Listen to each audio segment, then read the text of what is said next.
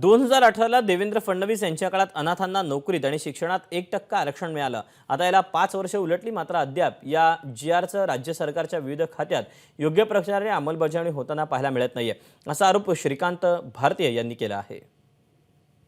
मुख्यमंत्री पदावर देवेंद्र फडणवीस असताना अनाथ मुलांसाठी 1% आरक्षण नोकरी आणि शिक्षणामध्ये देण्यात आलं। या घटनेला आता जवळपास 7 ते 8 वर्ष उलटत आहेत, मात्र या आरक्षणासंदर्भामध्ये जे योग्य प्रकारे इम्प्लिमेंटेशन होणं गरजेचं आहे ते प्रशासनामध्ये होताना पाहायला मिळत नाहीये। कारण याचंच एक उदाहरण सध्या आपल्या समोर आलेलं आहे।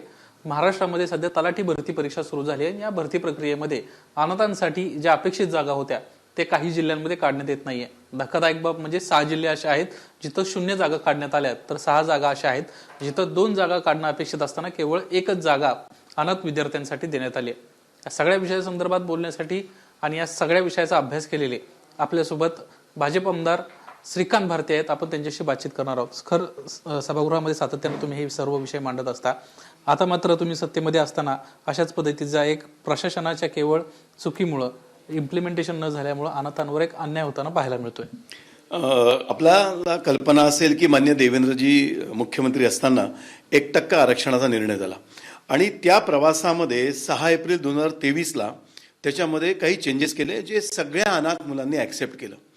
1% आरक्षणाचा संवेदनशील निर्णय सरकारने घेतल्यानंतर सुद्धा दुर्दैवाने या 1%च्या इम्प्लिमेंटेशनचं जे अप्लिकेशन व्हायला पाहिजे होतं ते न समजल्यामुळे असेल किंवा संवेदनशीलता नसेल, तलाठ्यांच्या नियुक्त्यांमध्ये ॲडव्हर्टाईजमध्ये अनाथांना योग्य तो न्याय देण्यात आलेला नाही।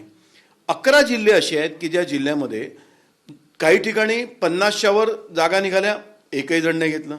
काही ठिकाणी 100च्या वर जागा निघाल्या, तिथे 2 जागा पाहिजे होत्या, तिथे 1च जागा देण्यात आली। 36 जिल्ह्यांपैकी 25 जिल्ह्यांनी बरोबर केलं, पण 11 जिल्ह्यांनी या विषयाचं नीट इम्प्लिमेंटेशन दुर्दैवाने केलं नाही।